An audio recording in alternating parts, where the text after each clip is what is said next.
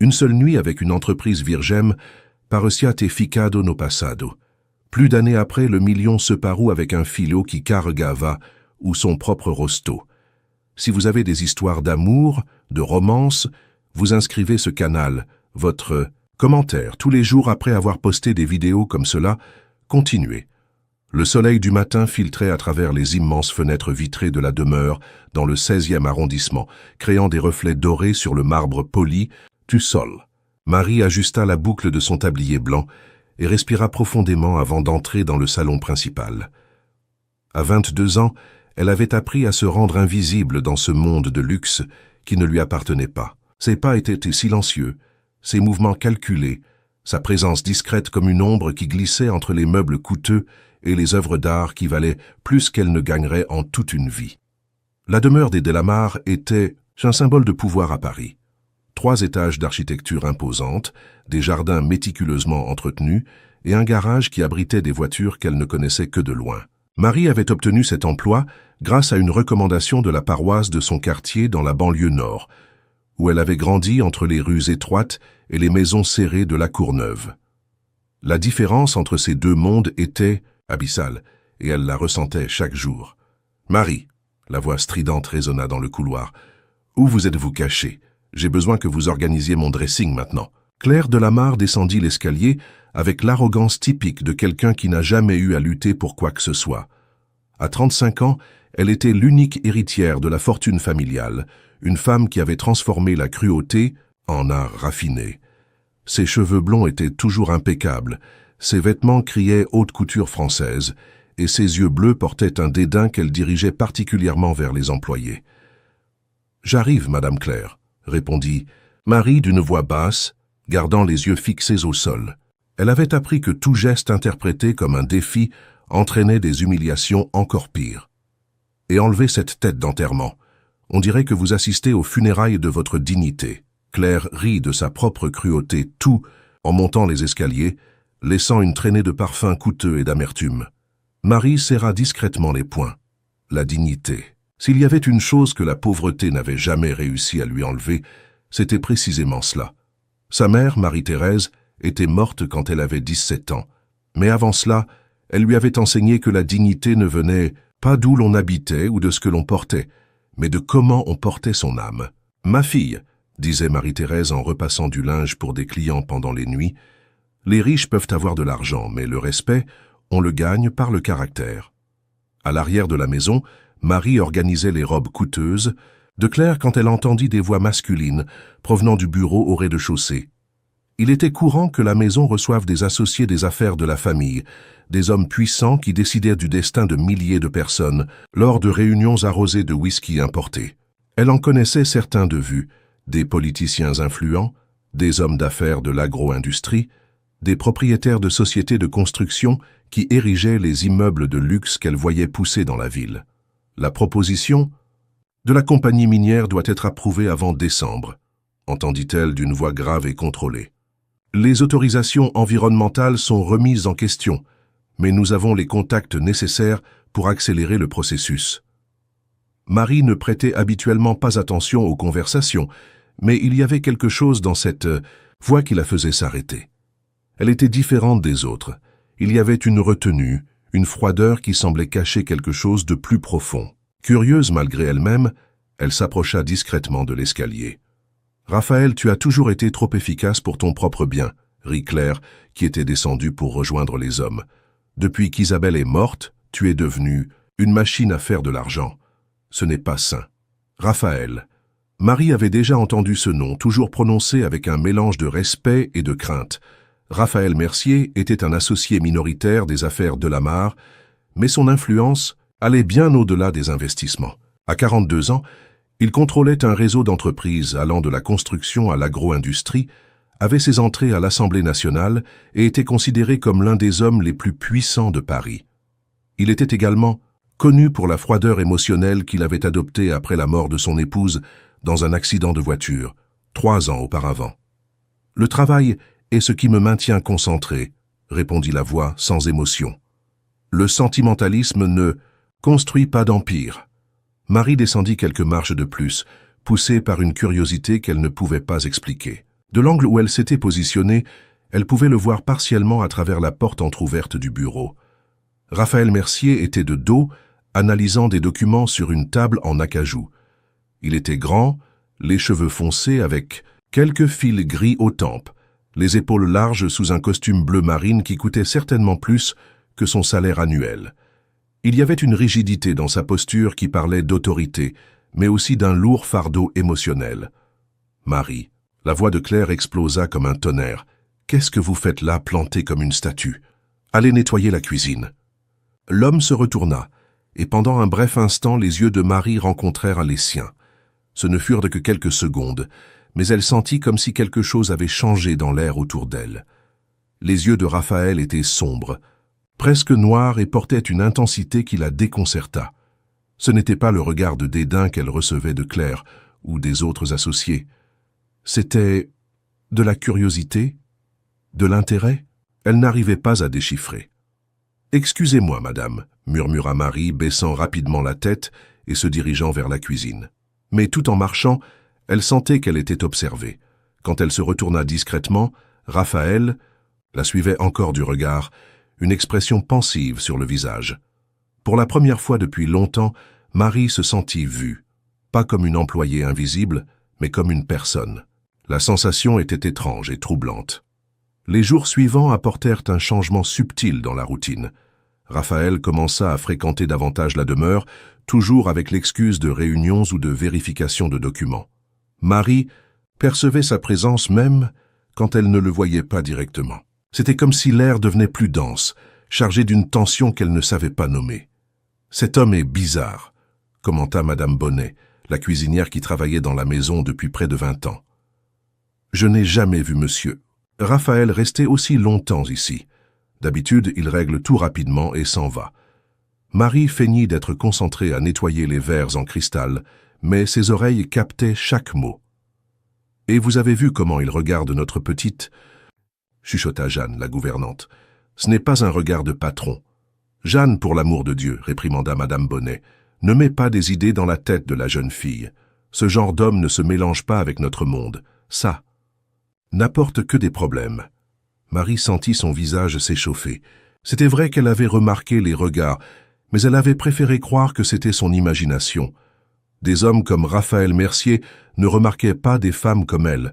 Ils existaient dans des univers parallèles qui ne se touchaient que dans des situations professionnelles et distantes. Le jeudi de cette semaine-là, Marie organisait la bibliothèque quand Raphaël entra dans la pièce. C'était la première fois qu'ils se retrouvaient seuls dans le même espace. Elle sentit son cœur s'accélérer et continua à prétendre être concentrée sur les livres. « Comment vous appelez-vous » Sa voix la fit sursauter. « Marie, monsieur » répondit-elle sans se retourner. « Marie. » Il répéta le nom comme s'il testait le son. « Depuis combien de temps travaillez-vous ici ?»« 6 mois, monsieur. »« Et avant ?» Marie hésita. Elle n'était pas habituée aux conversations personnelles. « Avec les patrons. Je travaillais dans une maison à Neuilly-sur-Seine, monsieur. Une grande famille, juste la dame et 2 jeunes enfants. » Raphaël s'approcha de l'étagère où elle organisait les livres. Marie pouvait sentir la chaleur de sa présence, le parfum discret qu'il portait, l'énergie contenue qui émanait de lui. « Vous lisez » demanda-t-il, indiquant un exemplaire de Balzac qu'elle tenait. « Quand j'ai le temps, monsieur. »« Et en avez-vous » Marie se tourna finalement pour lui faire face. Raphaël était plus proche qu'elle ne l'imaginait, ses yeux sombres étudiant chaque détail de son visage. C'était un bel homme, aux traits marqués et à la présence magnétique, qui expliquait sa position de pouvoir. Mais il y avait autre chose, une vulnérabilité cachée sous toute cette armure de froideur. « Parfois, monsieur. » Dans le métro, en rentrant chez moi. « Et qu'aimez-vous lire ?» La question était simple, mais Marie sentit qu'il y avait quelque chose de plus derrière. C'était comme s'il voulait vraiment la connaître, savoir qui elle était au-delà du tablier blanc et des gestes silencieux. « J'aime la poésie. » Baudelaire, Verlaine. Elle s'arrêta, craignant d'en avoir trop dit. « À la très belle, à la très bonne, à la très chère, » cita Raphaël, la surprenant, « dont la robe par ses plis nombreux et plis semble rendre la musique. » Marie sourit discrètement. Son regard pareil au regard des statues, et tout ce qui l'orne et l'habille, à sa grâce comme à son insu. Il compléta le vers et pour la première fois depuis qu'elle l'avait rencontré, il y avait quelque chose de proche d'un sourire sur ses lèvres. Le moment fut interrompu par l'entrée abrupte de Claire. « Raphaël, tu es là. Je te cherchais partout. » Elle s'arrêta brusquement en remarquant la proximité entre lui et Marie.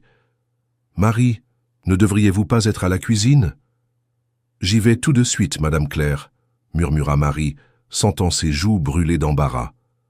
Alors, qu'elle sortait de la bibliothèque, elle entendit Claire commenter avec dédain. « Ces gens veulent toujours se faire remarquer.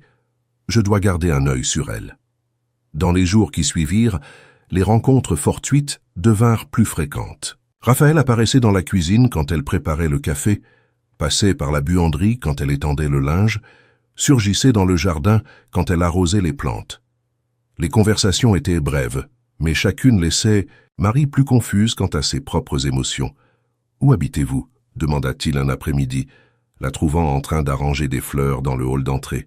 « La Courneuve, monsieur, c'est loin d'ici. 2 heures de transport, monsieur. Vous avez de la famille ? J'ai une tante. Ma mère est morte quand j'étais plus jeune. » Raphaël acquiesça, et Marie aperçut une ombre de compréhension passer dans ses yeux. Peut-être que la perte était quelque chose qui les connectait, malgré toutes leurs différences. « Et vous ?»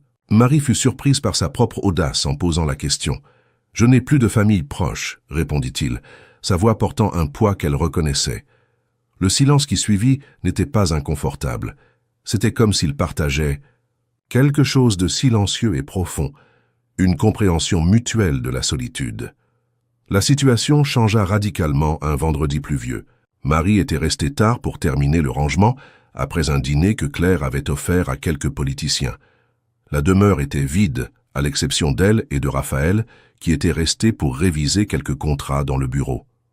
Marie était dans la cuisine, rangeant les derniers ustensiles quand la lumière s'éteignit. L'orage avait coupé l'électricité du quartier. Dans l'obscurité, elle essaya de trouver son chemin vers la buanderie, où elle savait qu'il y avait des lampes de poche, mais elle heurta quelque chose de solide. « Attention !» La voix de Raphaël était plus proche qu'elle ne l'espérait. Ses mains s'étendirent pour la soutenir, et soudain elle se retrouva dans ses bras, dans l'obscurité de la cuisine. « Excusez-moi, monsieur, je ne vous ai pas vu. » Marie commença à s'expliquer, mais les mots moururent quand elle réalisa qu'il ne la lâchait pas. Dans l'obscurité, seulement avec le bruit de la pluie battant sur les fenêtres, quelque chose changea entre eux. La tension qui montait depuis des semaines trouva finalement son exutoire. Raphaël porta une main au visage de Marie, caressant sa joue avec une délicatesse qui contrastait avec toute la froideur qu'il montrait au monde. Marie. Son nom sortit comme un murmure, chargé d'un besoin qu'il avait tenté de réprimer. « Monsieur. »« Raphaël. » Elle murmura aussi, mais ne s'éloigna pas. « Ne m'appelez pas monsieur. » Sa voix était rauque, vulnérable. « Pas maintenant. » Et alors, dans l'obscurité de cette cuisine luxueuse, 2 mondes qui n'auraient jamais dû se toucher entrèrent enfin en collision. Le baiser fut inévitable, urgent, chargé de toute la tension refoulée. Marie eut l'impression de s'éveiller à quelque chose dont elle ignorait l'existence en elle. Raphaël embrassait comme un homme assoiffé, comme si elle était la première goutte d'eau après des années dans le désert. Quand ils se séparèrent, tous deux étaient essoufflés. La lumière revint à ce moment-là, et la réalité les frappa comme un seau d'eau froide. Marie vit le conflit dans ses yeux, désir mêlé de culpabilité, besoin luttant contre le contrôle. « Cela n'aurait pas dû arriver, » murmura Raphaël. Mais il n'arrivait pas à s'éloigner d'elle. « Je sais, » répondit Marie, mais elle ne bougea pas non plus. « C'est trop compliqué, vous ne comprenez pas les implications. Peut-être que je comprends plus que vous ne l'imaginez. » Raphaël l'étudia longuement, et Marie vit quand quelque chose se décida dans ses yeux. C'était comme s'il avait choisi à cet instant de se permettre de ressentir à nouveau. « Venez avec moi, » dit-il, tendant la main. Marie savait qu'elle était sur le point de franchir une ligne qui changerait tout. Elle connaissait les risques, les impossibilités, les conséquences. Mais quand elle regarda dans les yeux de Raphaël, elle vit quelque chose qu'elle reconnaissait. La même solitude qu'elle portait, la même fin de véritable connexion. Elle prit sa main. Ce qui se passa cette nuit-là fut plus que Marie n'avait jamais rêvé possible. Raphaël l'emmena dans l'une des chambres d'invités au rez-de-chaussée, loin des regards de quiconque pourrait arriver. Là, entre des draps de soie et sous la douce lumière de la lune qui entrait par les rideaux, ils s'abandonnèrent l'un à l'autre avec une intensité qui les surprit tous les deux. Ce n'était pas seulement du désir physique. C'était comme si deux âmes blessées avaient finalement trouvé leur guérison l'une dans l'autre. Raphaël touchait Marie, comme si elle était quelque chose de précieux, fragile et en même temps forte. Elle découvrit des aspects d'elle-même qu'elle ne connaissait pas, une sensualité et une confiance qui s'épanouissaient sous le regard admiratif de Raphaël. « Vous êtes magnifique », murmura Raphaël, traçant le contour de son visage avec ses doigts. « Plus belle que n'importe quelle femme que j'ai connue. » Marie sentit des larmes se former. Pour la première fois de sa vie, elle se sentait vraiment vue, valorisée, désirée, non par obligation ou convenance, mais pour qui elle était vraiment. « Je n'ai jamais... » commença-t-elle à dire, mais Raphaël la fit taire avec un baiser. « Moi non plus, » admit-il. « Pas comme ça, pas vraiment. » Ils firent l'amour lentement, découvrant chaque centimètre l'un de l'autre, chaque soupir, chaque gémissement.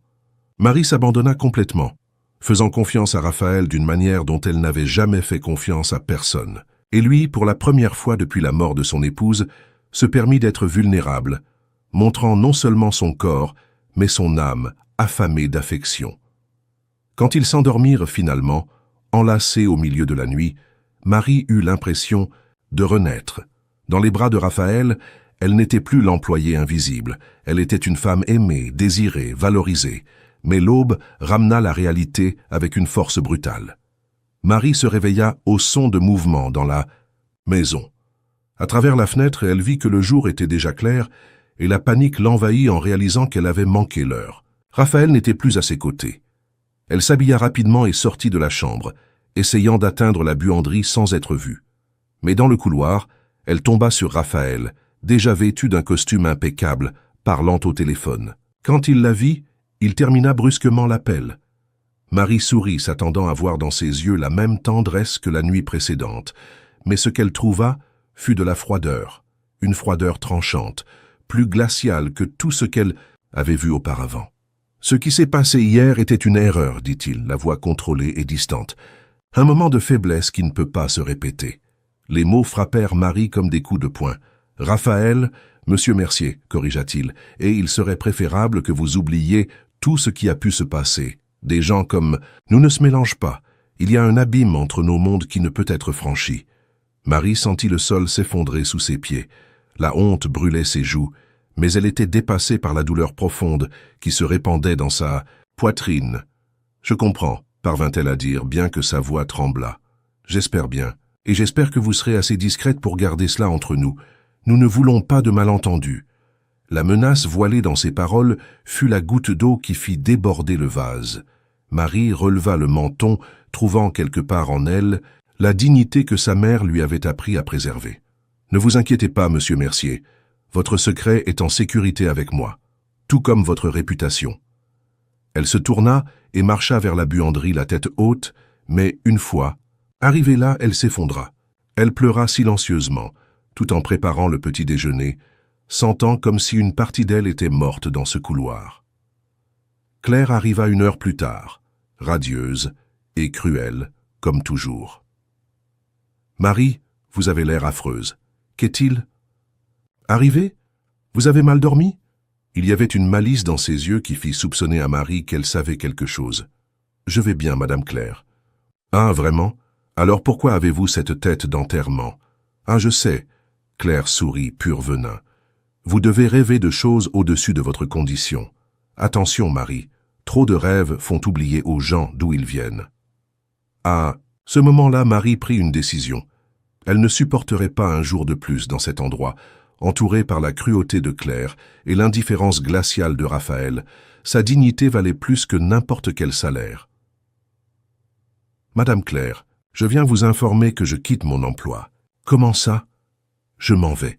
Aujourd'hui est mon dernier jour. » Claire fut visiblement contrariée. « Vous ne pouvez pas partir comme ça sans préavis.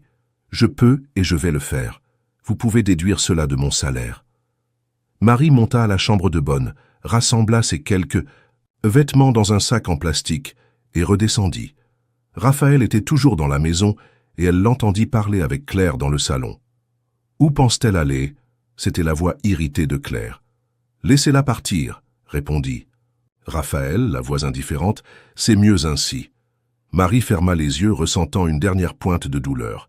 Puis elle respira profondément et sortit de la demeure sans regarder en arrière.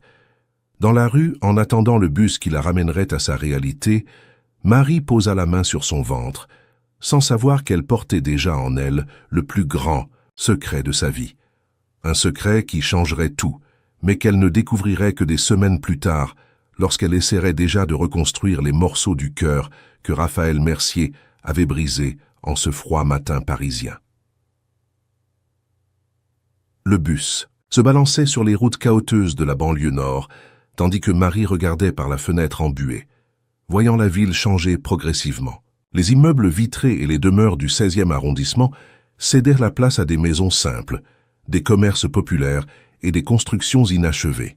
C'était comme voyager entre deux planètes différentes, et Marie ressentait chaque kilomètre comme un rappel douloureux de là où elle appartenait réellement. 3 semaines s'étaient écoulées depuis qu'elle avait quitté la demeure des Delamarre. 3 semaines de recherches infructueuses d'emploi, d'économiser chaque centime de ses derniers salaires, d'essayer d'effacer de sa mémoire la sensation des bras de Raphaël autour de son corps. Mais certains souvenirs refusaient de disparaître, particulièrement la façon dont il avait murmuré son nom dans l'obscurité, comme si c'était quelque chose de précieux et sacré. « Arrête d'être idiote, Marie », murmura-t-elle à elle-même, appuyant son front contre la vitre froide. « Un homme riche n'épouse pas une employée de maison. Ça n'existe que dans les romans. » Mais son corps avait commencé à envoyer des signaux étranges. La nausée matinale qui l'attaquait sans pitié, la sensibilité exagérée aux odeurs, les seins douloureux. Au début, elle attribua tout au stress du changement de vie, jusqu'à ce que ses règles, toujours régulières comme une horloge, ne viennent tout simplement pas. Ce fut Madame Moreau, la voisine de 70 ans qui habitait dans la maison où Marie avait loué une petite chambre au fond, qui soupçonna la première. « Ma petite, tu as une tête de femme enceinte », dit la dame un après-midi, observant Marie refuser le café qu'elle prenait toujours ensemble. Ma petite fille était exactement pareille quand elle attendait son premier enfant. Le cœur de Marie s'emballa. « Vous pensez que... »« Je ne pense rien, j'en suis sûr. J'ai élevé 5 enfants et aidé à s'occuper de 15 petits-enfants. Je sais reconnaître un ventre qui pousse quand j'en vois un. » Cette nuit-là, Marie s'allongea sur le lit étroit de la petite chambre qu'elle partageait avec un petit évier et une armoire en bois contreplaqué et posa ses mains sur son ventre encore plat. Était-ce possible? Une seule nuit, un seul moment d'abandon, pouvait-il avoir engendré une vie? La réponse vint le lendemain quand elle rassembla finalement le courage d'acheter un test en pharmacie. 2 lignes rose pâle apparurent sur l'écran, changeant sa vie pour toujours. Marie s'enferma dans les toilettes communes de la cour et pleura. Elle pleura de peur, de solitude, de désespoir. Elle pleura pour l'ironie cruelle du destin qui lui offrait un enfant de l'homme qu'il avait rejeté avec tant de froideur. Elle pleura parce qu'elle était complètement seule au monde, sans famille proche, sans ressources, sans perspective. Mais quand les larmes se tarirent, quelque chose de plus fort prit possession de sa poitrine. Une détermination de fer, héritée de sa mère, qui disait toujours qu'une femme forte n'abandonne jamais, peu importe la taille de la tempête. « C'est bien, mon amour », murmura-t-elle à son ventre, utilisant sa main pour caresser l'endroit où elle savait qu'une nouvelle vie grandissait. « Ce sera juste nous deux contre le monde, mais nous y arriverons. » Madame Moreau devint sa confidente et son ange gardien. La dame avait perdu son mari jeune et élevé ses enfants seule en travaillant comme couturière. Elle connaissait de près les difficultés d'une femme célibataire essayant de survivre. « Cet homme est au courant ?» demanda-t-elle un après-midi, en aidant Marie à coudre des vêtements de bébé avec des chutes de tissu qu'elle avait obtenues dans une boutique de Belleville. « Non, et il ne le saura pas, » répondit Marie avec fermeté. « Il a clairement fait comprendre qu'il ne veut rien avoir à faire avec moi. Je ne vais pas m'humilier en courant après lui. Et s'il changeait d'avis ?» Marie arrêta de coudre et regarda son amie. « Fait Madame Moreau, un homme qui rejette une femme enceinte après avoir profité d'elle ne change pas. Il veut juste se débarrasser du problème. Mon enfant grandira en sachant qu'il a une mère qui se bat pour lui, pas un père qui le voit comme un inconvénient. La sagesse de la réponse impressionna Marie elle-même. C'était comme si la maternité éveillait déjà en elle une force qu'elle ne savait pas posséder. Trouver un emploi en étant enceinte fut une bataille épique. Marie frappa aux portes de maisons de famille, de magasins, de bureaux, entendant toujours la même réponse. « Nous n'embauchons pas en ce moment ». Parfois, le refus s'accompagnait de regards de jugement, comme si porter un enfant sans mari était un crime moral. Ce fut grâce à Madame Moreau qu'elle apprit qu'un poste d'aide-soignante était disponible à l'hôpital municipal de Seine-Saint-Denis. Le poste exigeait seulement le baccalauréat et la volonté de travailler en équipe. Le salaire était bas mais suffisant pour payer le loyer de la petite chambre et acheter le minimum pour survivre. « Avez-vous de l'expérience dans le domaine ?» demanda l'infirmière en chef pendant l'entretien, une femme robuste d'âge moyen aux yeux fatigués mais gentils. « Je n'ai pas d'expérience formelle, mais j'ai toujours pris soin des gens, » répondit Marie avec honnêteté. « Ma mère est tombée malade avant de mourir et j'ai appris à faire des injections, des pansements, à donner des médicaments aux heures précises. » Et cette situation? L'infirmière pointa discrètement le ventre de Marie qui commençait déjà à se voir sous l'uniforme emprunté. Marie respira profondément. « Je suis enceinte de 4 mois. J'ai vraiment besoin de ce travail pour subvenir aux besoins de mon enfant. » La femme l'étudia longuement. « Je ne peux pas promettre que ce sera facile. L'hôpital public, c'est de la course, du stress, des gardes lourdes. Vous tiendrez le coup? » « Oui, madame, j'ai beaucoup de volonté pour travailler. Alors vous pouvez commencer lundi, mais je vais vous surveiller. Au moindre faux pas, vous êtes dehors. » Marie sortit de l'hôpital, le cœur débordant de gratitude. Elle avait enfin une chance de construire une vie digne pour son enfant. Le travail à l'hôpital fut révélateur. Marie découvrit qu'elle avait un talent naturel pour prendre soin des gens. Elle était patiente avec les personnes âgées, affectueuse avec les enfants, efficace dans les procédures. Les patients l'appréciaient, demandaient ses soins, faisaient confiance à ses mains délicates pour faire des injections et changer des pansements. « Vous avez le don pour ça », commenta Madame Bonnet, une infirmière plus expérimentée qui devint sa mentor. « Avez-vous pensé à faire la formation d'infirmière? J'y pense, mais c'est cher. Et maintenant, avec le bébé qui arrive, il y a des bourses d'études. Je vais vous donner quelques informations. » Marie garda soigneusement les papiers. Peut-être qu'après la naissance du bébé, quand elle pourrait mieux s'organiser, elle pourrait envisager de se qualifier. Pour l'instant, l'important était de s'assurer qu'elle aurait les moyens de donner une vie digne à l'enfant qu'elle portait. Les nuits étaient les plus difficiles. Seule dans la petite chambre, sentant les premiers mouvements du bébé, Marie se permettait parfois de rêver d'un monde différent.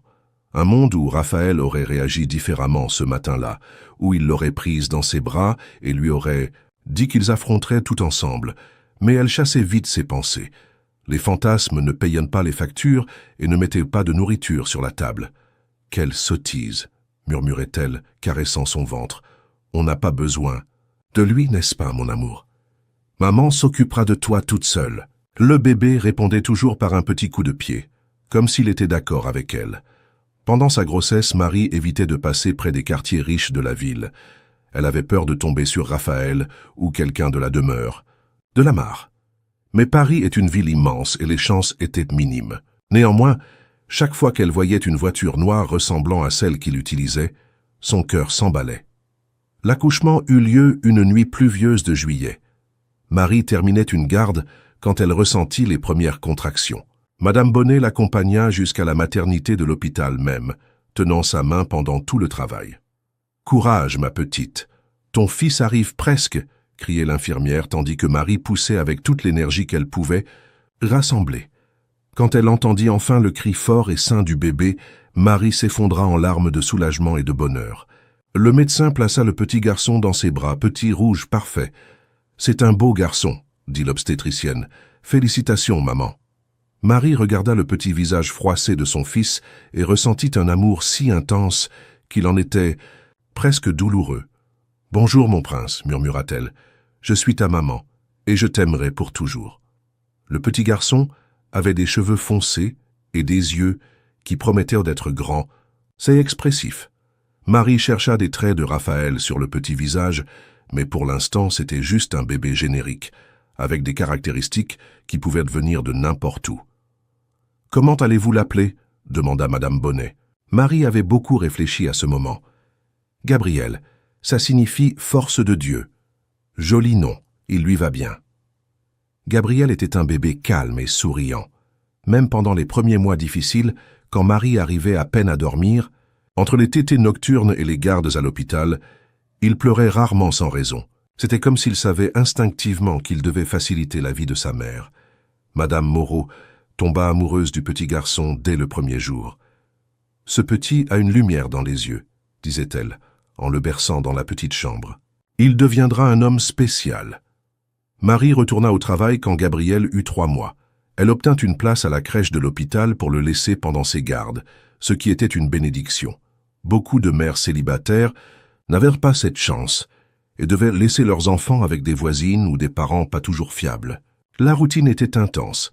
Se lever à 5 heures du matin, donner le biberon à Gabriel, l'emmener à la crèche, travailler 8 heures à l'hôpital, récupérer son fils, rentrer dans le métro bondé, s'occuper du bébé, tout préparer pour le lendemain, dormir quelques heures et recommencer.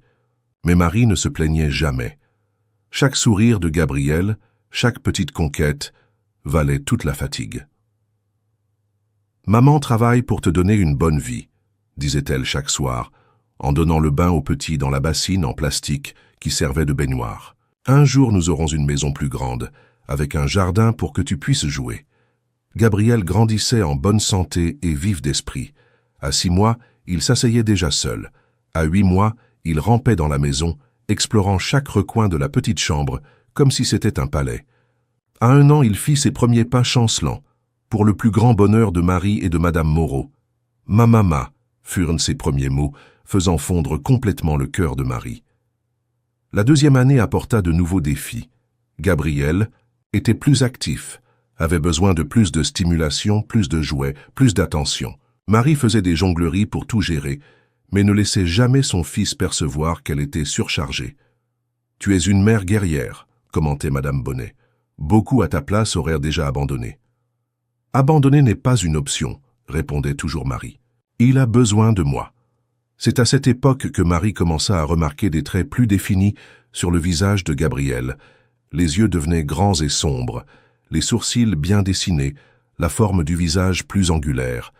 Il y avait quelque chose de familier dans ses traits, quelque chose qui lui rappelait. « À qui ressemble-t-il » demanda Madame Moreau un après-midi, observant Gabriel jouer dans la cour.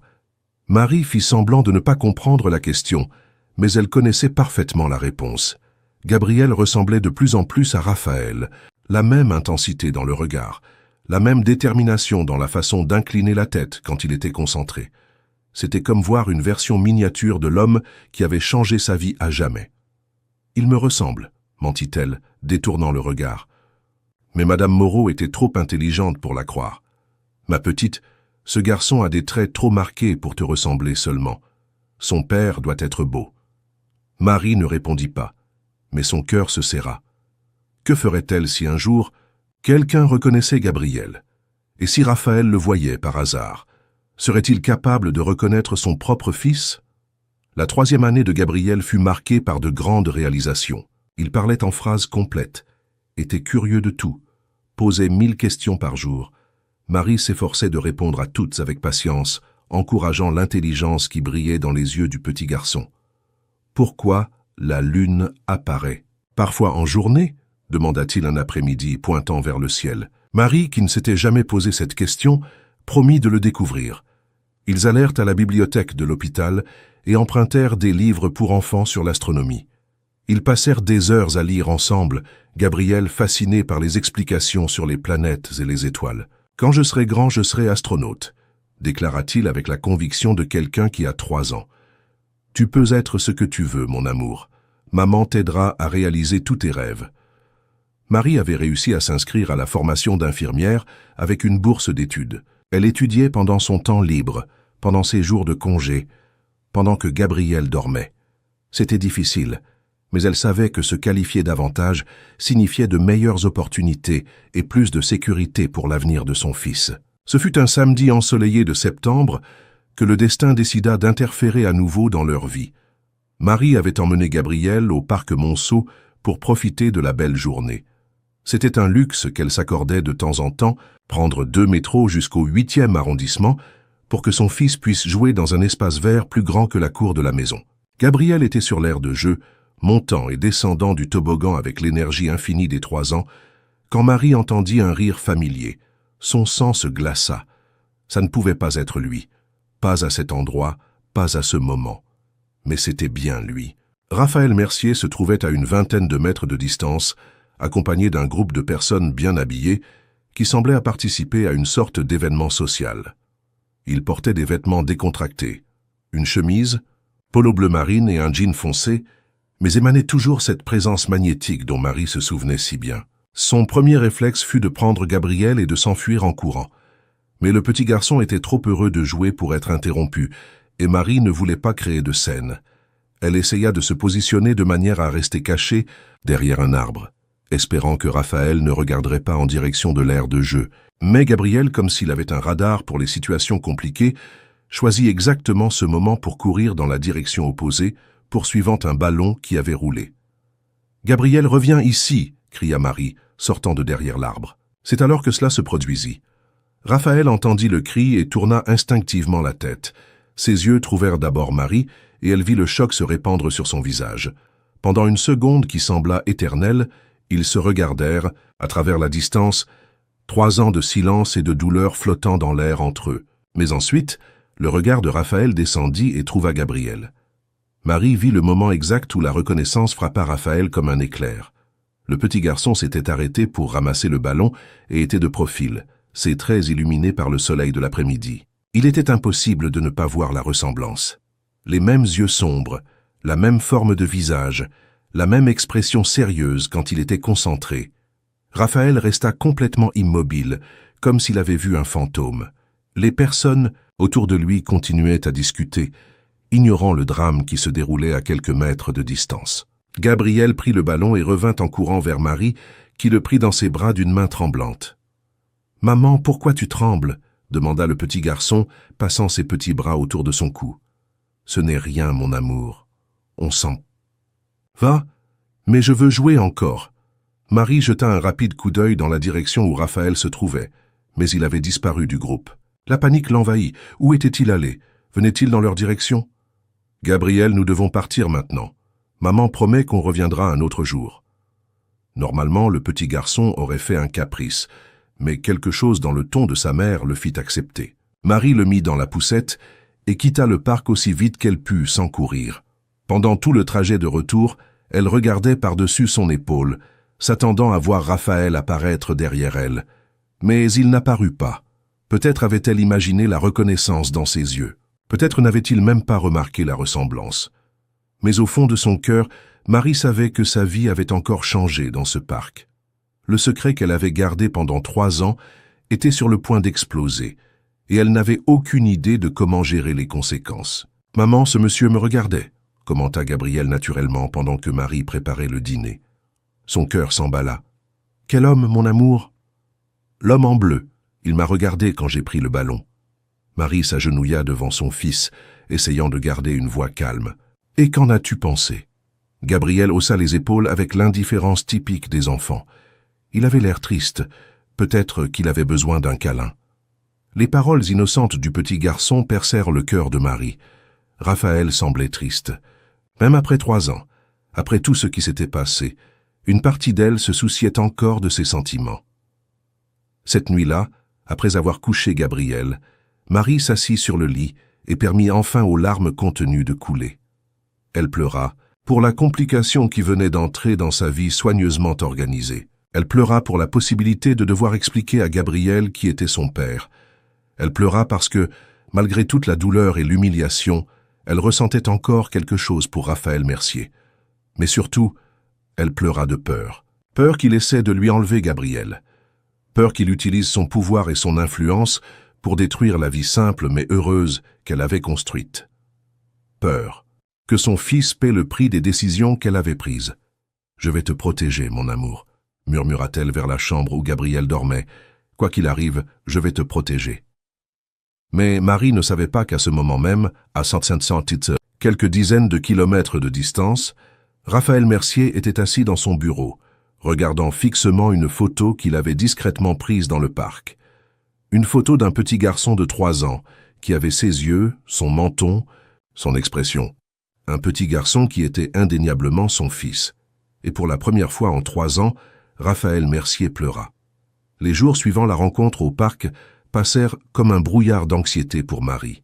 Chaque bruit dans la rue, chaque coup à la porte, chaque appel téléphonique à l'hôpital la faisait sursauter. Gabrielle continuait sa routine innocente, jouant, riant, posant ses questions infinies sur le monde, ignorant la tempête qui se formait autour de sa petite vie. « Maman, pourquoi tu ne dors pas ?» demanda le petit garçon un matin, observant les cernes violets sous les yeux de Marie. « Maman pense juste au travail, mon amour. » Elle força un sourire, servant la bouillie d'avoine qui était leur petit déjeuner quotidien. « Tu penses trop ?» observa Gabrielle avec la sagesse innocente des 3 ans. Madame Moreau dit que trop penser fait mal à la tête. Marie embrassa le front de son fils, sentant une vague d'amour protecteur. Comment expliquer à un enfant que toute sa vie pourrait être sur le point de changer? Comment lui dire que l'homme qu'il avait vu dans le parc était son père, quelqu'un qui pourrait vouloir l'emmener loin d'elle? Ce fut le jeudi de cette semaine tendue que Raphaël apparut enfin. Marie sortait de l'hôpital après sa garde de l'après-midi, quand elle le vit appuyé contre une voiture noire de l'autre côté de la rue. Son cœur s'emballa, mais elle força ses jambes à continuer de marcher en direction de l'arrêt de bus, feignant de ne pas l'avoir remarqué. Marie. Sa voix l'atteignit alors qu'elle était presque arrivée à l'arrêt. C'était le même, ton contrôlé que toujours, mais il y avait quelque chose de différent, une tension qu'elle n'avait jamais perçue auparavant. Elle s'arrêta, mais ne se retourna pas. « Monsieur Mercier, nous devons parler. Nous n'avons rien à nous dire. » Marie garda les yeux fixés sur le panneau de l'arrêt de bus, comme si elle étudiait les horaires des bus qu'elle connaissait déjà par cœur. « Vous savez que si... » Raphaël s'approcha, s'arrêtant à une distance respectueuse. À propos du petit garçon. Le sang de Marie se glaça, mais elle maintint la voix ferme. « Je ne sais pas de quoi vous parlez. Marie, s'il vous plaît. Je l'ai vu, je l'ai reconnu. » Finalement, elle se retourna pour lui faire face. Raphaël était différent de ces 3 dernières années. Il y avait de nouvelles lignes autour de ses yeux, une tension dans sa mâchoire qui n'existait pas avant. Il semblait plus petit, moins imposant, plus humain. « Et qu'attendez-vous que je fasse de cette information ?» La froideur dans la voix de Marie la surprit elle-même. « Je veux savoir la vérité. Est-il mon fils ?» Marie rit, mais il n'y avait pas d'humour dans ce son. « Vous voulez la vérité ? La vérité, c'est que le lendemain matin de cette nuit, vous m'avez traité comme une moins que rien. Vous m'avez dit que des gens comme nous ne se mélangent pas, que c'était une erreur, une faiblesse. Vous vous souvenez ?» Raphaël recula comme s'il avait reçu un coup de poing. « Marie, je... » « Non. » Elle leva la main, l'arrêtant. « Vous avez fait votre choix ce jour-là. J'ai fait le mien. Gabriel n'a pas besoin d'un père qui le voit comme un inconvénient. Vous ne comprenez pas. Ce n'était pas à propos de vous, c'était à propos de moi. J'avais peur. Peur de quoi? Que je fasse un scandale, que je nuise à votre réputation. » Marie sentit toute la colère refoulée des 3 dernières années bouillonner. « Vous pouvez être tranquille. Je n'ai jamais dit à personne que Gabriel est votre fils. Et je ne le dirai jamais. » Le bus arriva à ce moment-là, freinant avec le bruit caractéristique des vieux moteurs. Marie monta rapidement, passant sa carte dans la machine sans regarder en arrière. Mais à travers la fenêtre embuée, elle vit Raphaël rester au même endroit, regardant le bus s'éloigner. Ce soir-là, Madame Moreau remarqua l'état altéré de Marie. « Ma petite, tu es pâle comme un linge. Qu'est-ce qui s'est passé ?» Marie hésita, mais elle avait besoin de quelqu'un à qui parler. Elle raconta la rencontre, les questions de Raphaël, ses peurs. « Cet homme est le père de Gabriel ?» demanda la dame, ses rides se creusant avec l'inquiétude. « Oui, mais il ne veut pas être père, Madame Moreau. Il est juste curieux parce qu'il a vu la ressemblance. » La vieille dame secoua la tête. « Les hommes sont des créatures compliquées, ma petite. Parfois, ils ne savent pas ce qu'ils veulent jusqu'à ce qu'ils le perdent. Eh bien, il a déjà perdu. Gabriel est mon fils, à moi seul. » Mais les jours suivants prouvèrent que Raphaël n'avait pas l'intention d'abandonner. Il commença à apparaître dans des endroits où Marie se trouvait, au marché où elle faisait ses courses, dans le square où elle emmenait Gabriel jouer, même à l'hôpital, toujours avec une excuse pour être là. « Cet homme te suit, » observa Madame Bonnet quand Raphaël apparut à l'hôpital pour la 3e fois en une semaine, prétendant être intéressé par un don au service de pédiatrie. C'est compliqué, murmura Marie, essayant de se concentrer sur le médicament qu'elle préparait. Compliqué comment? Ex-petite amie? Ex-mari? Marie ne répondit pas, mais Madame Bonnet était trop expérimentée pour ne pas comprendre. « Oh, ma petite, cet homme est le père de Gabriel, n'est-ce pas ?» Le silence de Marie fut une réponse suffisante. « Et que veut-il maintenant ?»« Je ne sais pas, et je ne veux pas savoir. Gabriel va bien sans lui. » Mais Raphaël était déterminé à faire partie de la vie de son fils. Il commença à apparaître dans le square où Gabriel jouait, gardant ses distances mais toujours présent. Le petit garçon, avec la curiosité naturelle des enfants, remarqua vite l'homme qui était toujours dans les parages. « Maman, c'est l'homme triste du parc », commenta Gabriel un après-midi, pointant discrètement vers Raphaël qui était assis sur un banc à environ 20 mètres de distance. Marie sentit son estomac se retourner. « Ne pointe pas du doigt, Gabriel. Ce n'est pas poli. Mais pourquoi il est toujours ici? Il habite dans le square. Comment expliquer à un enfant de 3 ans que son père essayait de se rapprocher après des années d'absence? Comment dire que l'homme qui l'observait de loin était celui qui aurait dû être présent depuis le premier jour? Certaines personnes aiment venir au square, mon amour. Comme nous. Gabriel sembla accepter l'explication, mais Marie remarqua qu'il commençait à prêter plus attention à Raphaël. Parfois, quand il jouait, il regardait dans la direction de l'homme avec une expression pensive qui ressemblait étonnamment à celle de Raphaël quand il était concentré. La situation se compliqua lorsque Claire Delamarre entra en scène. Marie était au marché du quartier un vendredi soir, Gabriel dans le chariot d'achat l'aidant à choisir des fruits, quand elle entendit la voix qu'elle avait appris à détester. « Eh bien, regardez qui est là !» Marie se retourna et vit Claire Delamarre marchant dans sa direction, accompagnée de 2 femmes que Marie ne reconnut pas. Que faisait Claire dans un marché populaire de Seine-Saint-Denis? C'était comme voir un poisson hors de l'eau. « Madame. »« Claire ?» Marie salua froidement, attirant instinctivement Gabriel plus près d'elle. « Et ça doit être ton fils. » Les yeux de Claire étudièrent Gabriel avec une intensité qui mit Marie en alerte. « Joli garçon. Quel âge a-t-il » ? 3 ans, répondit Marie sèchement, souhaitant pouvoir partir immédiatement. 3 ans. Claire sourit, mais il y avait quelque chose de dangereux dans ce sourire. Intéressant. Et qui est le père, si ce n'est pas indiscret? Marie sentit son sang bouillir. Excusez-moi, je dois finir mes courses. Mais Claire n'avait pas terminé. Tu sais, c'est drôle comme certaines personnes réussissent à tomber enceintes au bon moment pour obtenir ce qu'elles veulent. Léisa. Autres femmes rirent doucement, et Marie sentit tous les gens autour regarder dans leur direction.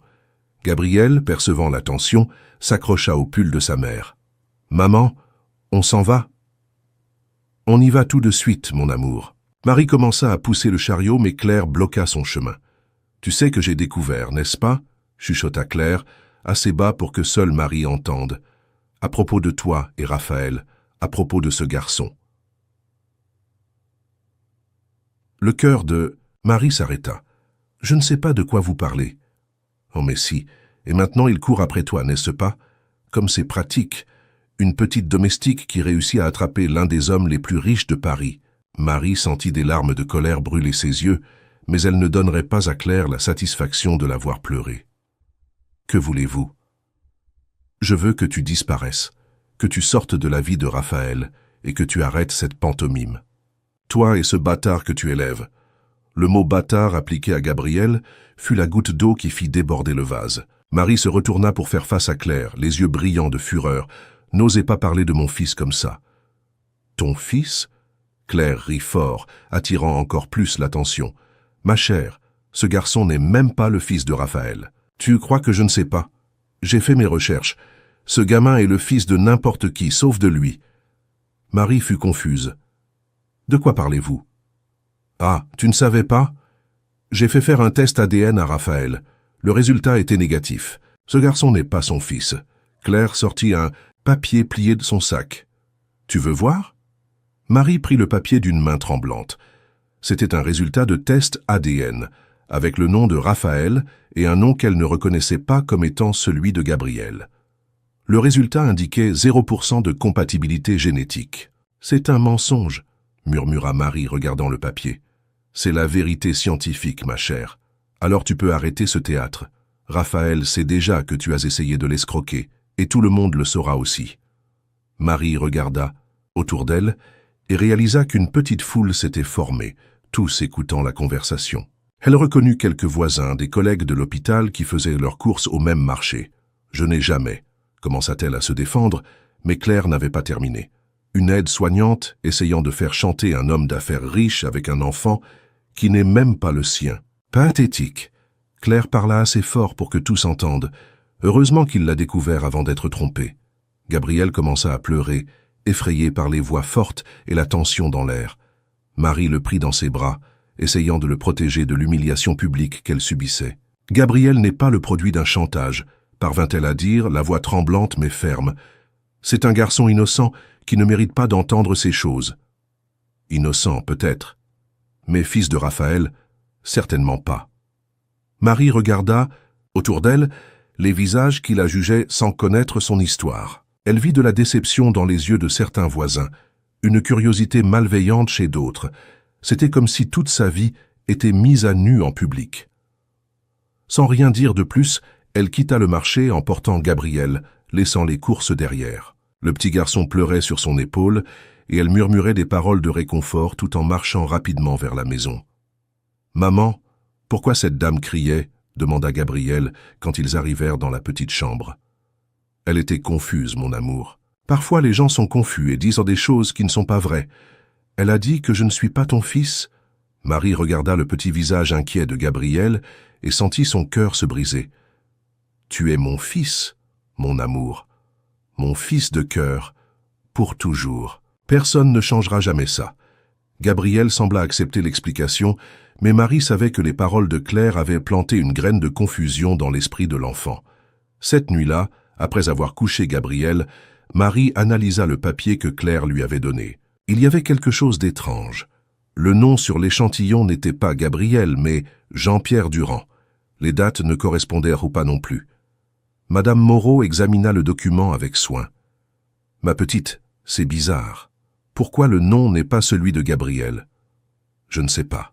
Claire a dit que Raphaël a fait le test, mais... »« Ce document est faux, » déclara Madame Moreau avec conviction. « Mon gendre travaille dans un laboratoire.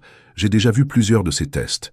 Celui-ci a des éléments bizarres. » Marie sentit une étincelle d'espoir. « Vous pensez qu'il est falsifié ? J'en suis certaine. La question est, pourquoi ? » Dans les jours qui suivirent, l'histoire se répandit dans le quartier comme une traînée de poudre. Marie sentait les regards de jugement partout où elle allait. À l'hôpital, certains collègues commencèrent à la traiter différemment, comme si elle était vraiment une arnaqueuse, essayant de profiter d'un homme riche. « Marie », Madame Bonnet l'appela un après-midi, « je dois te dire quelque chose. La direction remet en question ta présence ici. » « Comment ça ? Une femme est venue hier, très élégante, disant que tu étais impliqué dans un scandale, que tu avais tenté de faire chanter un important homme d'affaires. » Marie ferma les yeux. Claire était déterminée à détruire complètement sa vie. Et qu'a décidé la direction ? Pour l'instant, rien. Mais tu dois faire attention. Tu ne peux pas donner de raison pour plus de commérage. Ce fut Raphaël qui apparut à l'hôpital 2 jours plus tard, cherchant Marie. Elle était à la cafétéria quand une infirmière vint l'avertir. « Il y a un homme qui te cherche. Il dit que c'est urgent. » Marie trouva Raphaël sur le parking, appuyé contre la même voiture noire. Il semblait fatigué, perturbé. « Marie, je dois expliquer. » « Vous n'avez rien à expliquer. » Elle garda ses distances. « Claire m'a déjà montré le test. Je sais déjà que vous avez découvert que Gabriel n'est pas votre fils. » Raphaël fronça les sourcils. « Quel test ? » Le test ADN que vous avez fait. Le résultat négatif. Marie, je n'ai jamais fait aucun test. La confusion sur son visage semblait authentique. Marie sortit le papier froissé de son sac et le lui montra. Raphaël prit le document et l'examina attentivement. Son expression passa progressivement de la confusion à la colère. « C'est un faux, dit-il finalement. »« Comment ça ? Ce papier est une falsification. Je n'ai jamais fait ce test. Je n'ai jamais donné d'échantillon d'ADN à aucun laboratoire. Et regardez la date, c'est d'il y a 2 mois. Je n'ai découvert l'existence de Gabriel que la semaine dernière. Marie sentit le sol bouger sous ses pieds. Mais Claire a dit, Claire a menti. Elle a falsifié ce document pour t'éloigner de moi. Mais pourquoi? Raphaël passa la main dans ses cheveux, un geste de frustration dont Marie se souvenait. Parce qu'elle veut que je l'épouse. Elle l'a toujours voulu. Et un enfant illégitime avec une ancienne employée de maison ne cadre pas avec ses plans. La révélation frappa Marie comme un coup de poing. Vous mariez avec elle? Depuis des années, elle essaie de me convaincre. Elle dit que ce serait une union parfaite, que nos familles ont des affaires en commun. Quand elle a découvert l'existence de Gabriel, elle a dû réaliser que tu étais une menace pour ses plans. Marie s'appuya contre la voiture, se sentant étourdie. Alors le test est complètement faux. Marie, je veux faire le vrai test. Je veux prouver que Gabriel est mon fils. Et s'il ne l'est pas? Raphaël la regarda dans les yeux, et Marie vit une sincérité qui la désarma complètement.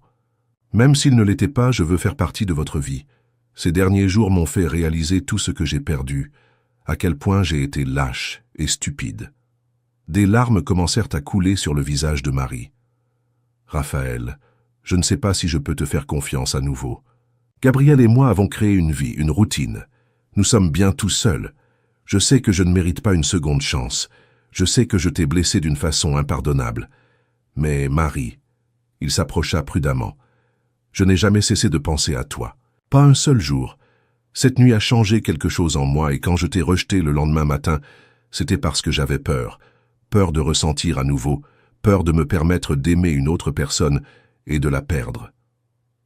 Tu as perdu ta femme, je comprends la peur, mais Gabriel et moi ne sommes pas des remplacements pour ce que tu as perdu. Je sais, et c'est exactement pour cela que vous êtes spéciaux. Gabriel est une partie de moi, mais il est aussi complètement unique. Et toi? Il hésita. Tu m'as fait me sentir vivant à nouveau. Tu m'as fait me souvenir de qui j'étais avant de construire toutes ces barrières. Marie voulait le croire. Chaque fibre de son être voulait croire que cette fois serait différente. Mais il y avait Gabriel à considérer. Même si je voulais te donner une chance, ce ne serait pas simple. Claire a détruit ma réputation. Tout le monde dans le quartier pense que je suis une arnaqueuse. Je pourrais même perdre mon emploi. Alors prouvons qu'elle ment. Exposons la vérité. Comment? D'abord faisons le vrai test ADN. Ensuite, je vais découvrir comment elle a réussi à falsifier ce document. Quelqu'un l'a aidée et je vais découvrir qui. Marie regarda le faux papier dans ses mains. La colère qu'elle ressentait pour avoir été humiliée publiquement commença à grandir.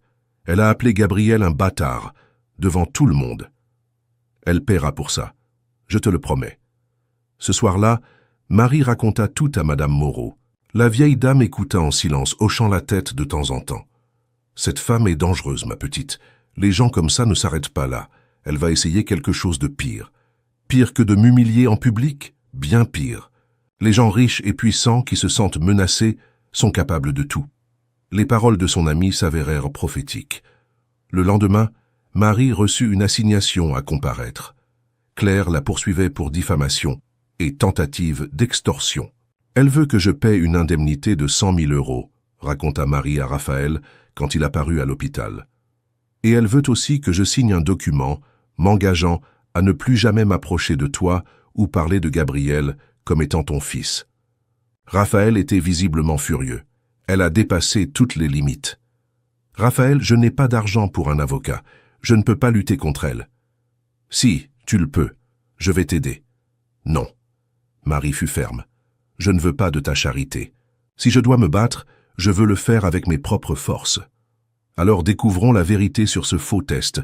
Cela détruira son procès. Ce fut grâce à un employé licencié d'un laboratoire privé que la vérité éclata finalement. L'homme, Dr Édouard Martin, avait été renvoyé pour des questions éthiques et décida de dénoncer les irrégularités qu'il connaissait. Madame de Lamarre m'a contacté il y a 3 mois, raconta-t-il à Raphaël et Marie lors d'une rencontre discrète dans un café du nord de Paris. Elle voulait que je crée un faux résultat de test ADN. Elle a payé 15 000 € pour que je produise un document officiel indiquant qu'un certain enfant n'était pas le fils d'un certain homme. Et vous? Elle l'avait fait, demanda Marie indignée. Je l'ai fait. J'avais besoin d'argent, ma mère était malade et le traitement était cher. Mais après, je me suis senti si mal que j'ai fini par perdre mon emploi quand même. Je n'arrivais plus à travailler correctement. Avez-vous des preuves? Demanda Raphaël. J'ai les emails, les virements bancaires, même des enregistrements des conversations téléphoniques. J'ai tout gardé parce que je savais qu'un jour, cela pourrait me protéger. Marie ressentit un mélange de soulagement et d'indignation. Pourquoi avez-vous décidé de parler maintenant? Parce que j'ai appris que vous étiez poursuivi à cause du document que j'ai falsifié. Cela est allé trop loin. Avec les preuves en main, Raphaël engagea les meilleurs avocats de Paris. La contre-attaque fut rapide et implacable. En une semaine, Claire Delamarre était sous enquête pour falsification de documents, diffamation et tentative d'extorsion. Son procès contre toi a été classé sans suite, raconta Raphaël à Marie un après-midi. Et maintenant, c'est elle qui répond pénalement. Et le vrai test ADN? Je l'ai fait. Gabriel est mon fils. 99,9% de certitude. Marie sentit des larmes de soulagement couler sur son visage. Non qu'elle ait eu des doutes, mais avoir la confirmation officielle était important. Que se passe-t-il maintenant? Maintenant, je veux vraiment connaître mon fils. Je veux qu'il sache qui je suis, et je veux gagner le pardon de vous deux. Marie regarda Raphaël, voyant en lui non plus l'homme froid et contrôlé qu'il avait rejeté des années auparavant, mais un père désespéré de rattraper le temps perdu. Raphaël, Gabriel aura 4 ans dans 2 mois. Il aura des questions. Il voudra savoir pourquoi tu n'étais pas là avant. Et je répondrai avec la vérité, que j'ai été lâche, que j'ai commis des erreurs terribles, mais que maintenant je veux passer le reste de ma vie à compenser. Ce sera difficile pour lui à comprendre. Alors, allons-y doucement. Tu connais notre fils mieux que quiconque. Apprends-moi à être un père pour lui. Le mot « notre » fit accélérer le cœur de Marie. C'était la première fois que Raphaël se référait à Gabriel ainsi. « Et nous ?» demanda-t-elle, la voix presque un murmure. Raphaël s'approcha et toucha délicatement son visage. « Pour nous, j'espère que tu me donneras la chance de prouver que j'ai changé, que l'homme qui t'a rejeté est mort ce matin-là, et que celui qui est ici maintenant veut passer toute sa vie à t'aimer. » Marie ferma les yeux, sentant le toucher familier de ses mains. « J'ai besoin de temps. Gabriel doit d'abord te connaître. Ensuite, nous verrons ce qui se passe entre nous. Du temps, c'est ce que j'ai. Pour vous, j'ai toute la patience du monde. » À ce moment-là, Marie sut que sa vie était sur le point de changer à nouveau, mais cette fois, peut-être pour le meilleur. La première fois que Raphaël tint Gabriel, dans ses bras fut un samedi après-midi, 3 semaines après la révélation sur le test falsifié. Marie avait accepté qu'il était temps que Gabriel connaisse son père, mais elle avait établi des règles strictes. Les rencontres se feraient en sa présence, dans des lieux neutres, et Gabriel ne serait forcé à rien. « Voici Raphaël », dit Marie doucement, s'agenouillant à côté de son fils dans le petit square près de la maison. « Tu te souviens de l'homme que tu voyais dans le parc ?» Gabriel observa Raphaël avec le sérieux typique des presque 4 ans, ses yeux sombres, si semblables à ceux de son père, étudiant chaque détail du visage de l'homme devant lui. « Tu es très grand », fut la première chose que Gabriel dit, faisant rire Raphaël nerveusement. « C'est vrai, je suis grand. Et toi, tu es très intelligent. » Raphaël s'agenouilla pour être à la hauteur du petit garçon. « Ta mère m'a dit que tu aimes dessiner. »« Oui, j'aime ça. Je dessine des voitures, des avions et des dinosaures. » Gabriel s'anima avec son sujet préféré. « Tu sais dessiner des dinosaures? Pas très bien, mais je peux essayer. Tu m'apprendras. » C'est ainsi que cela commença. Avec des dessins de dinosaures mal faits dans le sable du square, Gabriel corrigeant patiemment les traits tordus de Raphaël, riant quand le tyrannosaure ressemblait davantage à un chien à 3 pattes. Marie observait la scène le cœur serré. Voir Raphaël, toujours si contrôlé, si sérieux, essayant désespérément de gagner l'attention de Gabriel, l'émouvait de façon inattendue. Il y avait quelque chose de touchant dans la façon dont il écoutait chaque mot du petit garçon, comme si c'était la chose la plus importante au monde. « Maman, il est drôle », chuchota Gabriel quand Raphaël alla leur acheter des glaces. « Il ne sait pas dessiner du tout, mais il essaie beaucoup. »« Et que penses-tu de lui ?» Marie demanda, curieuse de la perspective innocente de son fils. « Il a des yeux comme les miens », observa Gabriel avec la simplicité dévastatrice des enfants. « Et il sourit quand il me regarde, comme toi. » Dans les semaines qui suivirent, les rencontres devinrent plus fréquentes. Raphaël ajusta complètement son agenda pour être disponible chaque fois que Marie le permettait. Il annula des réunions importantes, reporta des voyages d'affaires, réorganisa sa vie autour des horaires de Gabriel. « Monsieur ne peut pas annuler la réunion avec les investisseurs japonais », protesta sa secrétaire quand il décommanda un « Rendez-vous pour la 3e fois cette semaine-là. »« Je peux et je vais le faire », répondit Raphaël sans hésiter. « Gabriel a une présentation à la crèche aujourd'hui. C'est plus important. » La transformation de Raphaël était visible. L'homme qui portait toujours des costumes impeccables apparut un jour avec un t-shirt de Superman, cadeau de Gabriel, sous sa veste. Le cadre qui n'avait jamais le temps de déjeuner se mit à transporter dans sa mallette des chocolats et des biscuits que Gabriel aimait. L'homme d'affaires redouté dans les salles de réunion apprit à faire des voix amusantes en lisant des histoires pour enfants. « Papa refait la voix du dragon », demandait Gabriel, utilisant le mot « papa » pour la première fois après 2 semaines de cohabitation. Raphaël arrêta la lecture et regarda Marie, les yeux brillants d'émotion. C'était la première fois que Gabriel l'appelait ainsi, et l'impact était visible. Pendant un moment, l'homme le plus puissant de Paris resta sans voix. Le dragon. Le dragon disait... Raphaël essaya de continuer l'histoire, mais sa voix était chargée d'émotion. Gabriel, percevant que quelque chose de spécial venait de se produire, grimpa sur les genoux de Raphaël et lui fit un câlin spontané. « Tu as aimé que je t'appelle papa. J'ai beaucoup aimé, mon fils. Beaucoup. » Marie observait la scène, les larmes aux yeux. Malgré toute la douleur passée, elle ne pouvait nier que Raphaël s'efforçait sincèrement d'être un bon père, et Gabriel s'épanouissait avec l'attention masculine qui lui avait toujours manqué. Mais le rapprochement entre elle et Raphaël était plus compliqué. Il y avait une tension constante dans l'air, des souvenirs non résolus, des blessures qui devaient encore cicatriser. Raphaël respectait l'espace qu'elle avait demandé, mais ses yeux parlaient plus que ses mots. « Comment s'est passée ta journée ?» demandait-il quand il venait chercher Gabriel pour les promenades de fin de semaine qui étaient devenues une routine. « Chargé, double garde à l'hôpital. » Marie gardait les réponses cordiales, mais distantes. « Tu es fatigué. Tu dois te reposer davantage. Je vais bien. » Elle déviait toujours quand il montrait une préoccupation personnelle. Mais Raphaël était déterminé à prouver qu'il avait changé. Il commença à fréquenter le quartier où Marie habitait, non seulement pour chercher Gabriel, mais pour aider la communauté. Il apprit par Madame Moreau que le centre de santé local avait des équipements en panne depuis des mois. « Qui est responsable des réparations ?» demanda-t-il un après-midi, pendant que Gabriel jouait dans la cour. « Personne, mon petit, » répondit Madame Moreau avec amertume. « Le gouvernement promet, mais ne vient jamais. Les gens se débrouillent comme ils peuvent. » La semaine suivante, une entreprise de maintenance médicale apparut au centre de santé. De nouveaux équipements furent installés, des ordinateurs remplacés, la pharmacie réapprovisionnée. Quand on demandait qui avait payé pour tout cela, la réponse était toujours la même. C'était un bienfaiteur anonyme. Marie ne découvrit la vérité que lorsque Dr Charles, le médecin du centre, commenta négligemment. « C'est bien que ton petit ami soit généreux. Ça a fait une énorme différence pour la communauté. » Mon petit ami, le père de Gabriel. Il n'a pas voulu apparaître, mais l'entreprise a dit que c'était lui qui avait tout payé. Ce soir-là, Marie confronta Raphaël. « Pourquoi as-tu rénové le centre de santé ?» Raphaël ne tenta pas de nier. « Parce que vous méritez d'avoir accès à des soins médicaux décents. Je ne veux pas de ta charité, Raphaël. Ce n'est pas de la charité, c'est de la responsabilité. Gabriel grandit dans ce quartier, tu travailles ici.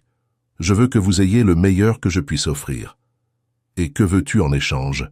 Raphaël la regarda avec une intensité qui lui fit regretter sa question. « Je veux que tu cesses de me voir comme l'homme qui t'a rejeté et que tu commences à voir l'homme que j'essaie de devenir. Je veux que tu envisages de me pardonner. Je veux que tu envisages de nous donner une chance. » Marie sentit les barrières qu'elle avait construites commencer à se fissurer. « Raphaël, je sais que je ne le mérite pas. Je sais que je t'ai blessé d'une façon impardonnable. Mais Marie, je t'aime. Je t'ai toujours aimé. Et maintenant, en voyant Gabriel, en voyant l'homme incroyable qu'il devient grâce à toi, je t'aime encore plus. » Les mots qu'elle avait attendus pendant des années furent enfin prononcés, mais Maintenant, Marie ne savait pas si elle voulait encore les entendre. « Tu m'as rejeté quand j'avais le plus besoin de toi, » dit-elle, la voix chargée d'une vieille douleur. « Comment puis-je savoir que tu ne le feras pas à nouveau? Parce que maintenant je sais ce que j'ai perdu. Je connais la valeur de ce que nous avons, et parce que j'ai passé 3 ans mort à l'intérieur, et que vous m'avez ramené à la vie. » La conversation fut interrompue par l'arrivée de Gabriel, qui revenait de jouer dans la cour avec les vêtements couverts de terre. « Papa, tu dînes avec nous ce soir ?» demanda le petit garçon comme si c'était la chose la plus naturelle du monde.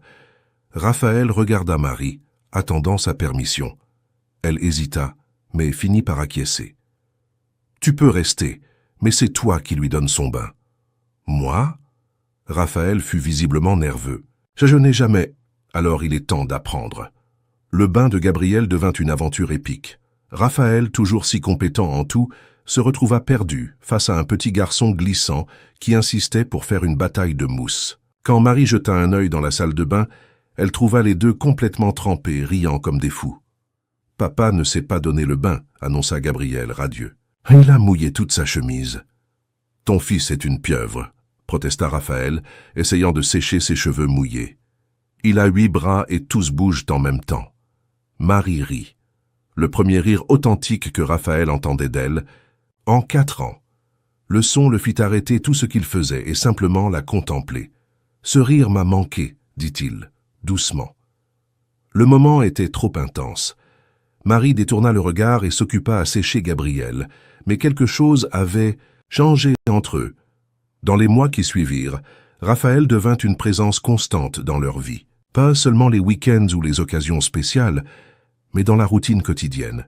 Il emmenait Gabriel à la crèche quand Marie était de garde de nuit, participait aux réunions de parents, apprenait à préparer les goûters que le petit garçon aimait. « Tu sais que tu es observé », commenta Madame Bonnet un jour à l'hôpital. « Les gens parlent. Ils parlent de quoi? Que le père de Gabriel est un homme d'affaires riche, que vous sortez ensemble en secret, qu'il va t'emmener vivre dans sa demeure. » Marie soupira. Les gens parlent trop. Et qu'y a-t-il de vrai là-dedans? Qu'il est le père de Gabriel, le reste, c'est des commérages. Mais Madame Bonnet n'était pas dupe. « Ma petite, tu es amoureuse de cet homme, n'importe quel aveugle le verrait. » Marie ne nia pas. Comment aurait-elle pu? Chaque jour qui passait, elle voyait Raphaël se transformer en l'homme qu'elle avait toujours su qu'il pouvait être. Patient avec Gabriel, gentil avec Madame Moreau, respectueux envers elle, c'était comme s'il avait trouvé une meilleure version de lui-même. L'épreuve décisive vint quand Gabriel tomba malade d'une pneumonie. C'était un dimanche pluvieux, et le petit garçon s'était réveillé avec une forte fièvre et des difficultés à respirer. Marie paniqua, prit Gabriel dans ses bras et courut à l'hôpital. Raphaël apparut aux urgences avant même qu'elle n'ait pu l'appeler. « Comment as-tu su ?» demanda Marie, surprise. « Madame Moreau m'a appelé. Comment va-t-il? Les médecins ?»« À l'examine. La fièvre est très élevée. » Raphaël s'assit à côté d'elle dans la salle d'attente, et quand Marie commença à pleurer de désespoir, il l'attira dans ses bras sans réfléchir. « Il ira bien, » chuchota-t-il, caressant ses cheveux. « Gabriel est fort comme sa mère. » Ils restèrent 3 jours à l'hôpital. Raphaël ne partit pas même pour se doucher, dormant dans un fauteuil inconfortable, courant après les médecins, s'assurant que Gabriel recevait les meilleurs soins. Quand le petit garçon alla enfin mieux, ce fut la première fois qu'il appela « Raphaël papa » devant des étrangers. « Papa, tu as l'air fatigué » dit Gabriel, encore faible mais déjà souriant. Le médecin regarda Raphaël et commenta « Votre fils est un battant, et vous êtes un père dévoué. » Raphaël pleura là même, dans la chambre d'hôpital, et Marie réalisa que ses dernières défenses étaient tombées. Cette nuit-là, après avoir couché Gabriel à la maison, Marie et Raphaël discutèrent dans la petite cuisine de la chambre. « Merci, dit-elle, d'avoir été là, de t'être occupé de lui comme s'il était mon fils. Il est mon fils, Marie, et tu es... » Il hésita. « Tu es l'amour de ma vie. » Marie l'embrassa. Ce fut elle qui fit le premier pas, qui franchit la distance entre eux, qui permit enfin à leur cœur de se retrouver. « Je t'aime, » murmura-t-elle contre ses lèvres. « Je t'ai toujours aimé, même quand je te détestais. » La deuxième fois qu'ils firent l'amour fut différente de la première. Il n'y avait pas de précipitation, pas de désespoir. C'était une déclaration silencieuse qu'ils reconstruisaient, Quelque chose de plus fort qu'avant. Mais le monde extérieur les voyait toujours comme un scandale. Raphaël Mercier, l'un des hommes d'affaires les plus influents du pays, vivant une romance avec une aide-soignante de banlieue. Les commentaires malveillants parvenaient à Marie à travers des regards et des chuchotements. Elle a obtenu ce qu'elle voulait, entendait-elle dans les couloirs de l'hôpital. Elle a pêché un gros poisson, commentait-on au marché. Elle doit être très douée au lit pour retenir un homme comme ça, murmurait une voisine à une autre. Marie essayait d'ignorer, mais les mots blessaient. Raphaël remarquait quand elle rentrait à la maison abattue. Qu'est-il arrivé aujourd'hui? Rien, juste de la fatigue. Marie, tu sais que tu peux me dire n'importe quoi. Un soir, elle se confia finalement. Il pense que je suis intéressé, que je suis avec toi pour l'argent. Et ça te dérange? Ça me dérange que Gabriel puisse entendre ces choses un jour, qu'il pense que sa mère est une profiteuse. Raphaël resta silencieux un long moment. Puis, il prit une décision qui changerait tout. Viendrais-tu avec moi à un gala de bienfaisance? Comment ça? L'Association des entrepreneurs de Paris organise un dîner pour collecter des fonds pour les crèches publiques. J'y serai, et je veux que tu viennes avec moi, officiellement. Marie paniqua. Raphaël, je ne peux pas aller à un événement. Comme ça, je n'ai pas de robe, je ne connais pas ces gens. Tu seras mon accompagnatrice. Nous ferons comprendre à tout le monde que tu n'es pas un secret, une liaison cachée. Tu es la femme que j'aime et l'avenir que j'ai choisi. Et s'il m'humilie? Et si Claire est là? Claire répond qu'à un procès pénal et a été écartée des affaires de sa famille. Et quant au reste... Raphaël prit son visage entre ses mains. Je serai à tes côtés, toujours. L'événement était prévu pour un samedi 3 semaines plus tard. Marie passa des jours nerveuses, ne sachant pas comment se comporter dans un environnement qui n'avait jamais été le sien. Ce fut Madame Moreau qui eut l'idée. Choisissons la robe ensemble, et je vais t'apprendre comment te tenir au milieu de ces riches prétentieux. Elles achetèrent une robe bleu marine simple mais élégante, dans une boutique du centre-ville. Marie était belle mais terrifiée. Et si je parle mal? Et si j'utilise la mauvaise fourchette? Ma petite, tu as plus de classe dans ton petit doigt que ces riches dans tout leur corps. Sois toi-même. Raphaël passa la prendre dans une voiture différente, plus discrète que d'habitude. Quand il la vit descendre les escaliers de la maison, vêtue avec une élégance simple, les cheveux attachés en un chignon bas, il resta sans voix. « Tu es magnifique », parvint-il à dire. « Je suis nerveuse. » « Tu n'as pas besoin de l'être. Tu mérites d'être n'importe où que tu choisisses. » L'événement avait lieu à l'hôtel Ritz à Paris. Raphaël avait affrété un jet privé pour les y emmener, le premier vol de Marie dans sa vie. « Mon Dieu, la ville est petite vue d'en haut, » murmura-t-elle regardant par le hublot. « Tu n'avais jamais volé? Je n'étais jamais sorti de Paris. » Raphaël réalisa à ce moment combien d'expériences Marie n'avait jamais eues, combien de monde il pouvait encore lui montrer. L'hôtel était éblouissant. Marie n'avait jamais vu autant de luxe réuni, mais elle s'efforça de ne pas paraître trop impressionnée. Raphaël la présenta à quelques connaissances comme « Marie, la femme la plus importante de ma vie ». La réaction des gens variait entre politesse forcée et curiosité malveillante. Marie sentait les regards évaluer chaque détail d'elle. La robe pas si chère, les bijoux discrets, un collier simple qui avait appartenu à sa mère, sa façon de tenir la coupe de champagne. « Quelle est votre profession, Marie ?» demanda une femme portant des bijoux qui coûtaient plus qu'une voiture populaire. « Je suis aide-soignante. Je travaille à l'hôpital municipal de Seine-Saint-Denis. »« C'est noble, » répondit la femme avec un sourire forcé. Raphaël remarqua l'inconfort et s'approcha. « Marie a sauvé la vie de mon fils quand il avait une pneumonie. C'est l'une des meilleures professionnelles que je connaisse. » La révélation que Raphaël avait un fils causa immédiatement des murmures. Marie vit les chuchotements se répandre, dans la salle comme des vagues. « Vous avez un fils ?» demanda un homme d'affaires connu. « Oui, Gabriel. Il a 4 ans et c'est la lumière de ma vie. »« Et où est-il ce soir ?»« À la maison, avec Madame Moreau, qui est comme une grand-mère pour lui. » Marie répondit avec naturel, sans honte de sa réalité. Raphaël sourit, fier de sa dignité. Le dîner se déroula sans problème majeur jusqu'au moment des discours. Le présentateur parlait de l'importance des crèches publiques quand Raphaël se leva de façon inattendue. « Puis-je dire quelques mots ?» Marie sentit son estomac se retourner.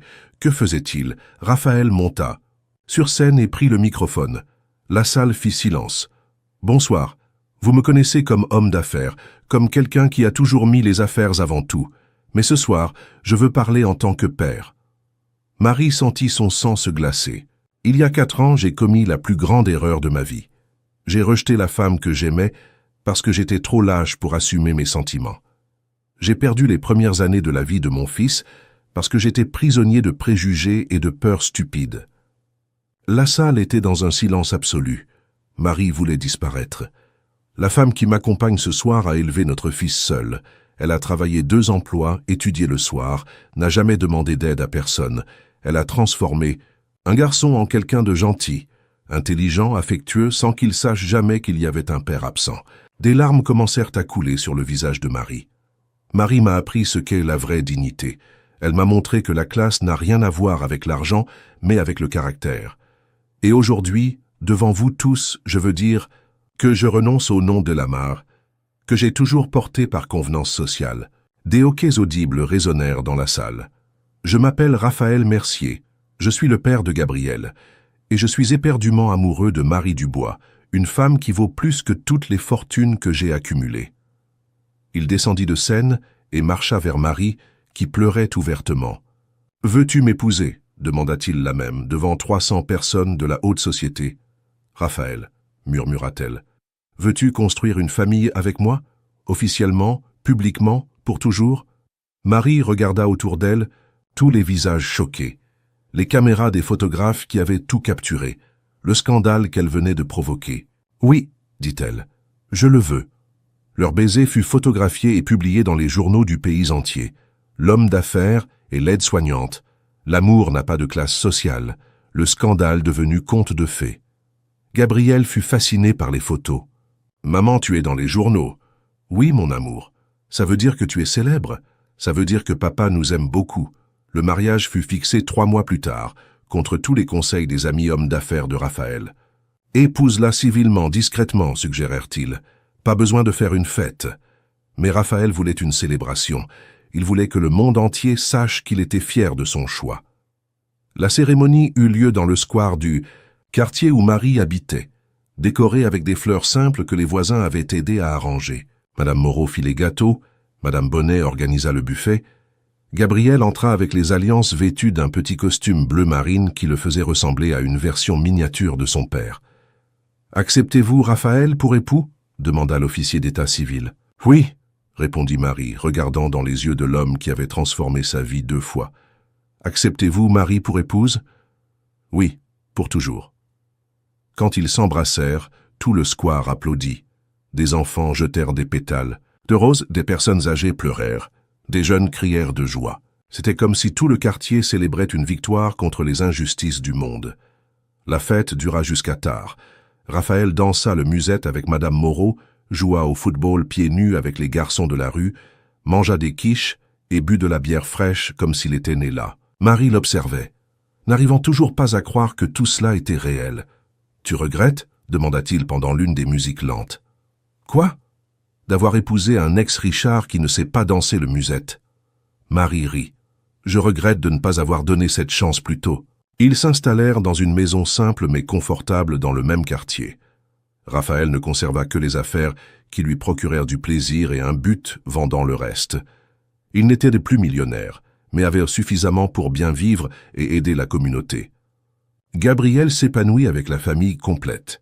Il devint un enfant encore plus confiant, se sachant aimé par ses 2 parents. Il commença à montrer de l'intérêt pour la médecine, disant qu'il voulait prendre soin des gens comme maman.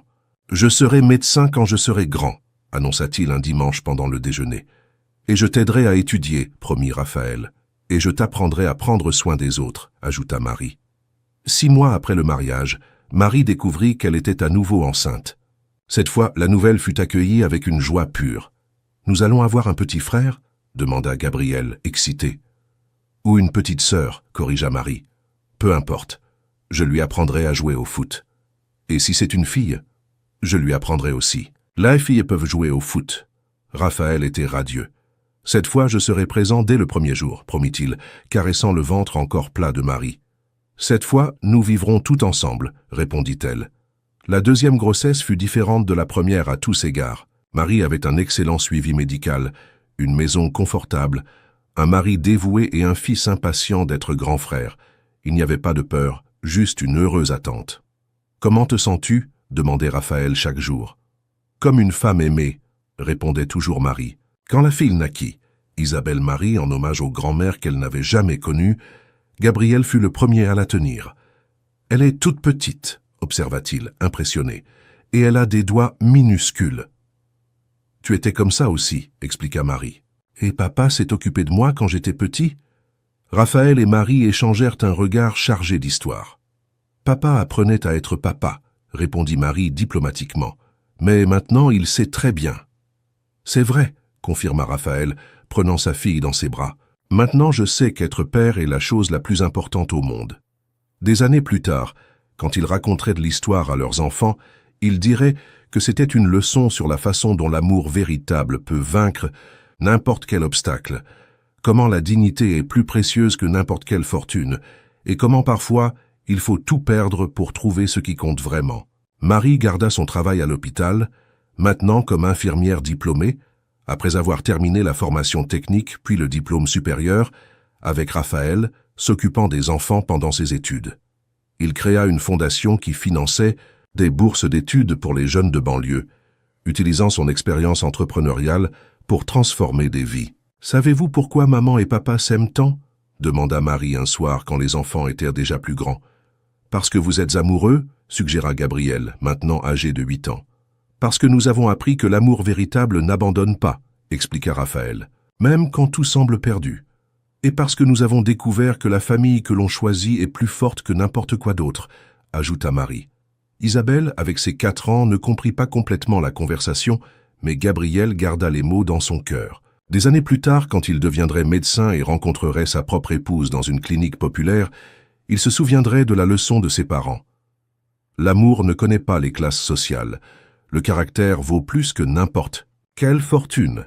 Et les meilleures histoires sont celles où les gens deviennent de meilleures versions d'eux-mêmes. Sur le mur du salon de la maison simple mais heureuse, il y avait une photo de toute la famille riant dans le square où ils s'étaient mariés.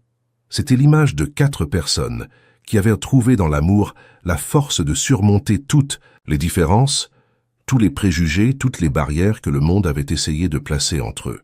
Marie regardait souvent cette photo et se rappelait la jeune fille effrayée qu'elle avait été, la mère célibataire qui avait lutté seule, la femme qui avait presque cessé de croire en l'amour. Maintenant, en voyant les enfants jouer dans le jardin tandis que Raphaël préparait le dîner en fredonnant doucement, elle savait que chaque larme, chaque difficulté, chaque moment de douleur en avait valu la peine. Parce qu'à la fin, l'amour avait triomphé. Et quand l'amour triomphe, tout le monde gagne. L'histoire de Marie et Raphaël devint légendaire dans le quartier où ils vivaient. Les gens la racontaient à leurs enfants, leurs petits-enfants, à quiconque voulait croire que les contes de fées peuvent arriver dans la vie réelle. Ils n'avaient pas besoin de châteaux ou de carrosses dorés. Il suffisait de courage pour aimer au-delà des apparences, de force pour pardonner et de foi pour recommencer autant de fois que nécessaire. Et ainsi, dans une maison simple de Seine-Saint-Denis, une famille ordinaire vivait son conte de fées chaque jour, prouvant que l'amour véritable n'est pas une fantaisie, mais un choix qui se renouvelle à chaque lever du soleil.